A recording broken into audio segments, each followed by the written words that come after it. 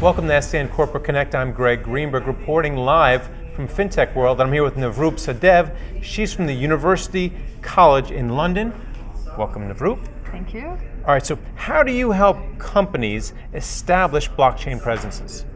Right, so I do a lot of pro bono advisory work for companies that are looking to be leaders in the space, and there's a lot of strategy work. First of all, thinking through whether blockchain technology is something that they should be incorporating into their current business strategy or business model, and moving from there, what does it take, whether they should use private ledgers or public ledgers, and a lot of decisions each step on the way from both a technology perspective as well as a business perspective.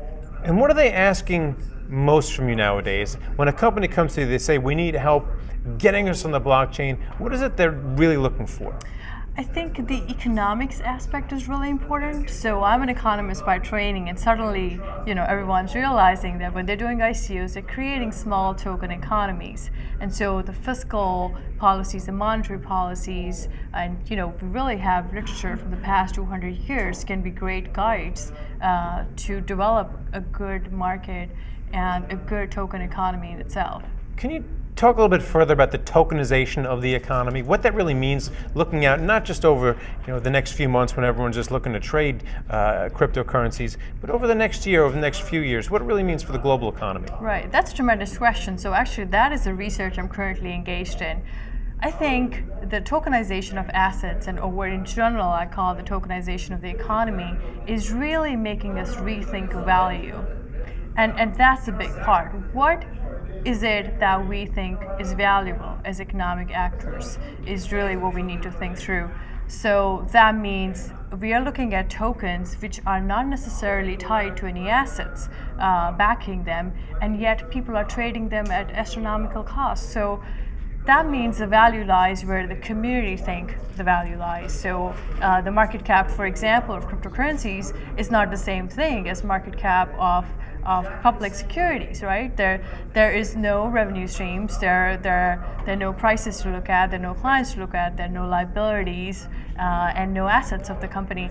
And so I think from a research perspective, it's fascinating to think through some of these things, and I think the answer lies in cognitive psychology, some of the heuristics from the work of Danny Kahneman and Emma Stravinsky that we have, which talks about how humans make sense of value, how they perceive the world.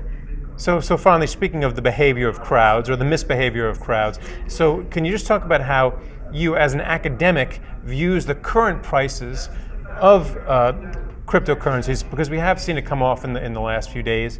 So when you see the madness of crowds, to follow up on Kahneman and Thaler and some of those folks, what is your view?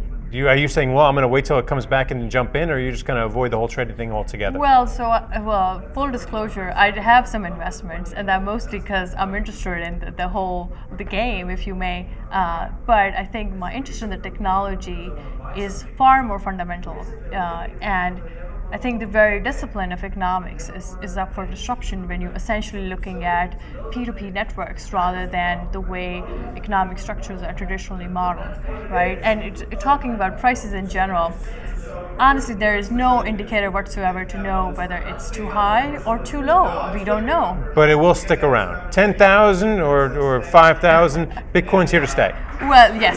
Okay. Bitcoin's here to stay. And I want to answer this and link it back to what the regulators are doing. I mean, if you look at it, they're looking at it more and more seriously. And here's the catch. The more regulation that comes in, the greater the validity that the technology and cryptocurrencies and crypto assets in general are here to stay. So bring on the regulators. Thanks a lot for coming on and speaking about it. And thank you for watching SCN Corporate Connect.